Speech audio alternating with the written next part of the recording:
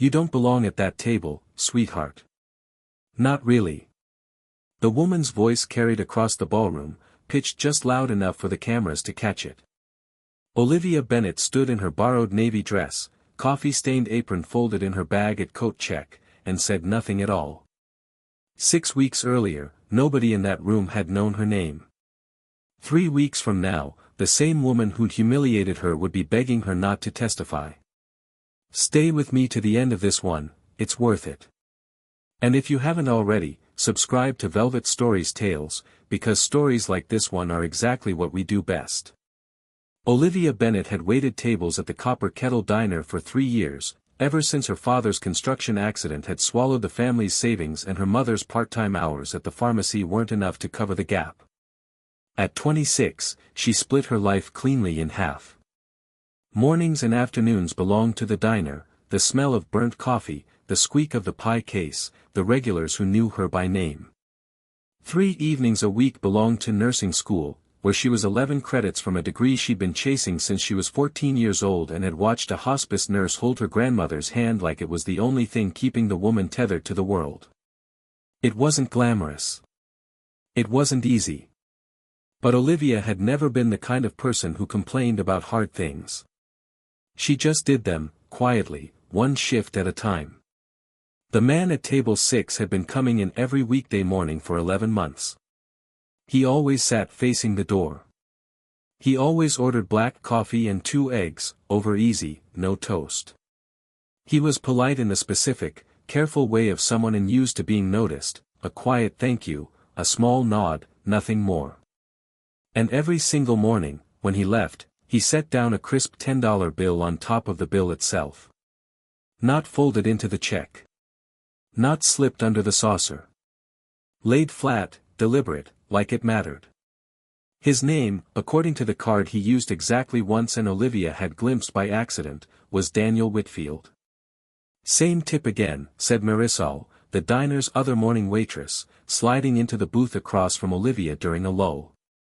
$10 on a $12 check, every day, like clockwork. That man's either got a system or he's the most boring rich person alive. He's not rich, Olivia said. He drives a 10-year-old sedan. Sure, honey. Marisol raised an eyebrow. And I'm the Queen of England. Olivia didn't argue. She'd noticed things about Daniel that Marisol hadn't. The watch he wore was old but well made, the kind that got passed down rather than bought. His shoes were resold, not replaced. He read the newspaper instead of his phone, and once, when a little boy at the next table had dropped his stuffed rabbit, Daniel had picked it up and handed it back before the boy's mother even noticed it was gone, murmuring something that made the child laugh. There was something careful about him. Something that looked, if she was honest, like grief wearing a very good suit. What Olivia didn't know, what nobody at the Copper Kettle knew, was that Daniel Whitfield owned the building the diner sat in, along with 11 others on that block, along with a logistics and shipping empire his father had built and his late wife had helped him grow into something larger than either of them had imagined. He was, by any accounting that mattered to strangers, one of the wealthiest men in the state. He was also, every day starting at 6:45 a.m., the only parent to an 8-year-old girl named Grace, who liked dinosaurs, hated socks with seams, and still asked, some nights, when her mother was coming home from the hospital, even though Daniel had explained, as gently as any human being could explain such a thing, that she wasn't coming home at all. Claire Whitfield had died 14 months ago of a fast-moving cancer that had given the family exactly 9 weeks of warning. In the wreckage of that loss, Daniel had done what grieving people sometimes do, he had shrunk his life down to the smallest, most manageable pieces. Breakfast with his daughter. A drive to her school. An hour, alone, at a diner where nobody wanted anything from him except a coffee refill. $10 was not a number he'd chosen at random. 14 months ago, in the hospital cafeteria at 3 a.m., a night shift cashier named Ruth had quietly waived off his payment for a cup of coffee he didn't remember ordering. You look like you need it more than I need the $1.50, she'd said. It had been such a small thing. It had also been the only kindness Daniel could remember receiving in the worst month of his life, and it had cracked something open in him that grief alone hadn't managed to touch. He'd started leaving $10 everywhere after that. Diners. Coffee carts. The woman who bagged his groceries. It wasn't charity, exactly. It was closer to a debt he was trying to pay off to no one in particular, a way of putting something good back into a world that had taken so much. He hadn't meant to keep coming back to the same diner. He hadn't meant to start looking forward to a particular waitress's voice saying the usual, "Mr. Whitfield," before he'd even sat down. He definitely hadn't meant for his daughter to bring it up at dinner. "Daddy," Grace said one evening, swinging her feet under the table, "do you like the coffee lady?" Daniel nearly choked on his water. "What coffee lady?" "The one you talk about." "Olivia." Grace said it like it was the most obvious thing in the world. "You said her name 3 times last week." "I counted." While Daniel Whitfield ate breakfast at the Copper Kettle and tried not to think about a waitress's laugh, Whitfield Logistics was quietly being taken apart from the inside.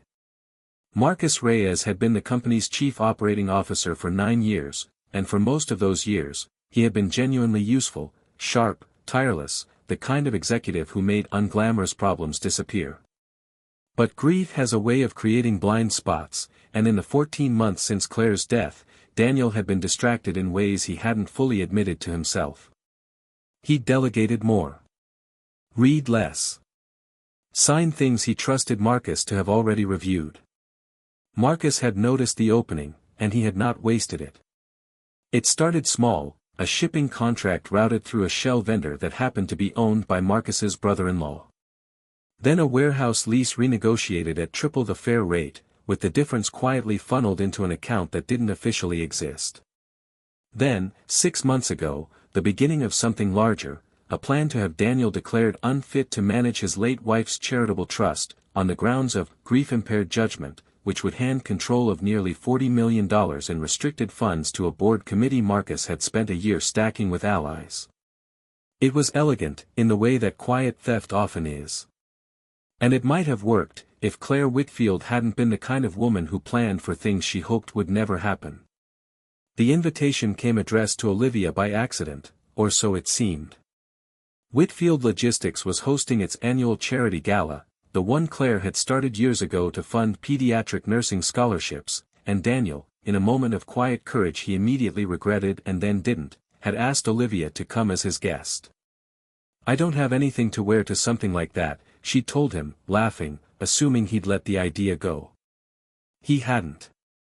A dress had arrived at the diner 2 days later, no note, simple and well-made and exactly her size, and Olivia had stood in the back room holding it for a long time before she decided that saying no to kindness, on principle, was its own kind of foolishness. The gala was where Vanessa Reyes, Marcus's wife, sharp-eyed and sharper-tongued, dressed in something that cost more than Olivia made in 4 months, found her standing alone near the dessert table while Daniel was pulled into a conversation across the room. "You're the waitress," Vanessa said, not quite a question. "Olivia," said, extending a hand that wasn't taken. Vanessa's eyes moved over the dress, the shoes, clearly cataloging what didn't fit. "You don't belong at that table, sweetheart." "Not really. Men like Daniel play at things like this after a loss, a little novelty, a little rebellion. It never lasts. I'd hate for you to embarrass yourself thinking it might." Olivia felt the words land somewhere low in her chest, the particular sting of being seen and dismissed in the same breath. She thought of a dozen things to say. She said none of them. "Thank you for the advice," she said instead, evenly, and walked away with her chin level and her hands perfectly steady, and did not let herself cry until she was alone in the coat-check corridor 3 minutes later. She didn't tell Daniel what had happened. Not that night. It was Eleanor Voss, Claire's oldest friend and the family's longtime housekeeper, who finally showed Daniel the letter, 3 weeks after the gala, on a Tuesday evening when Grace was asleep and Daniel had come downstairs looking, Eleanor thought, like a man who badly needed one true thing to hold on to. "Claire wrote this the month before she passed," Eleanor said, setting an envelope on the kitchen table. She made me promise I'd only give it to you when the time was right. I think it's right now. The letter was short. Claire had never been a woman who wasted words. Daniel, if you're reading this, I'm gone, and you've probably spent a long time being careful with your heart, which I understand, and which I also want you to stop doing eventually. Watch for Marcus. I've had a feeling about the Meridian warehouse numbers for a year and never had time to chase it down properly. And when you find someone who makes Grace laugh again, someone kind, someone who notices things, someone who doesn't care what your last name is, don't talk yourself out of it because you think it's too soon. Love doesn't work on a schedule. Neither does grief. Go easy on both of them. See. Daniel read it twice.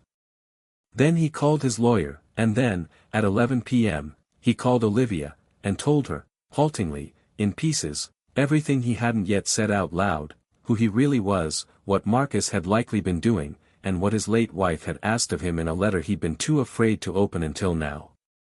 Olivia listened without interrupting. When he finally stopped talking, she said only, "Thank you for trusting me with that. Not why didn't you tell me sooner? Not I need time to process this." Just quiet, steady acceptance, the same quality that had made him notice her in the first place.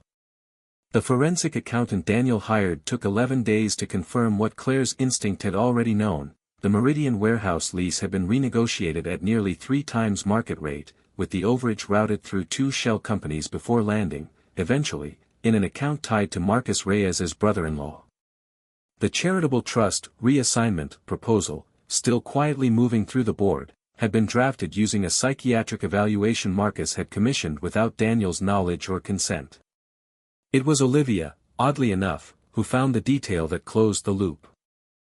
She'd been at the house one evening, helping Grace with a school project, when she noticed a stack of household invoices Eleanor had left out for Daniel to review, invoices for renovations to a guest cottage on a property Daniel didn't remember approving.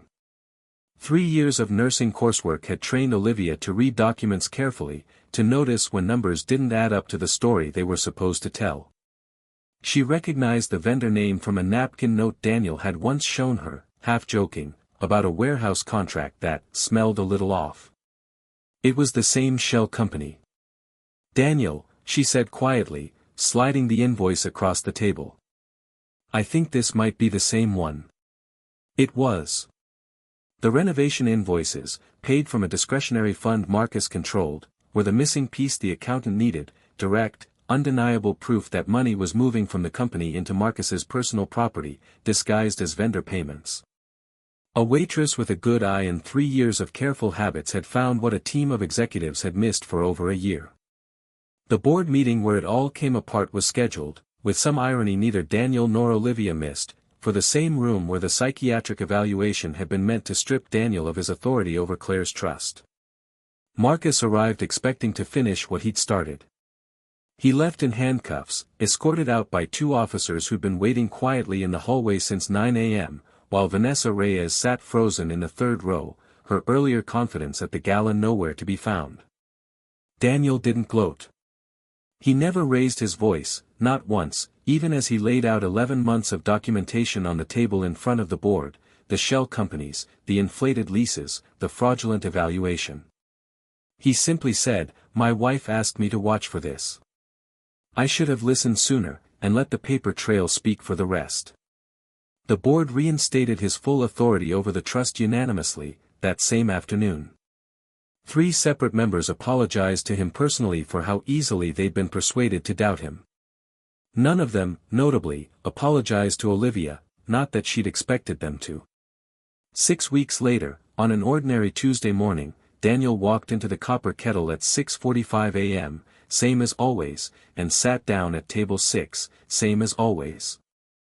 Olivia brought his coffee without being asked. "Big day today," she said, the same question she'd asked him almost every morning for over a year. "The usual," he said. "Meetings. Emails. Grace has a dinosaur presentation at 3. Sounds exhausting." "It is." He smiled, an easy smile now, nothing careful about it. "Olivia, can I ask you something?" She raised an eyebrow, setting down the coffee pot. You can ask me anything. When you graduate next spring, he said, what happens to the copper kettle? Does it just lose its best waitress? I suppose it does, she said. Someone else will have to remember your order. I was hoping, Daniel said, that we could figure out what comes after that. Together.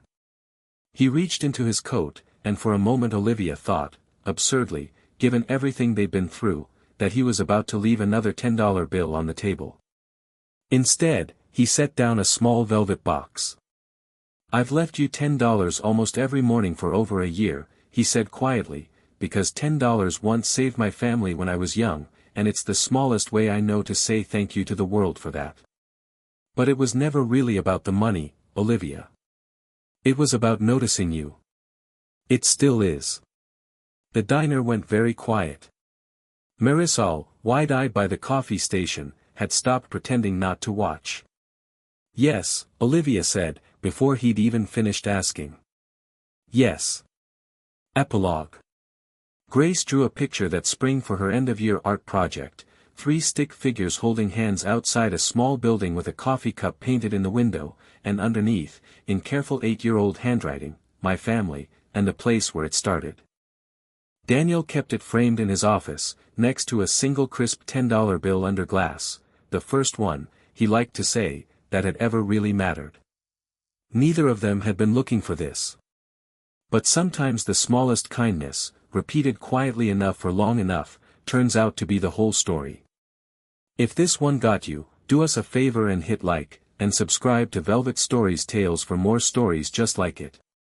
And tell us in the comments, if you were Olivia, would you have fallen for Daniel before you knew who he really was, or would the truth about the tip have changed everything? We'll see you in the next one.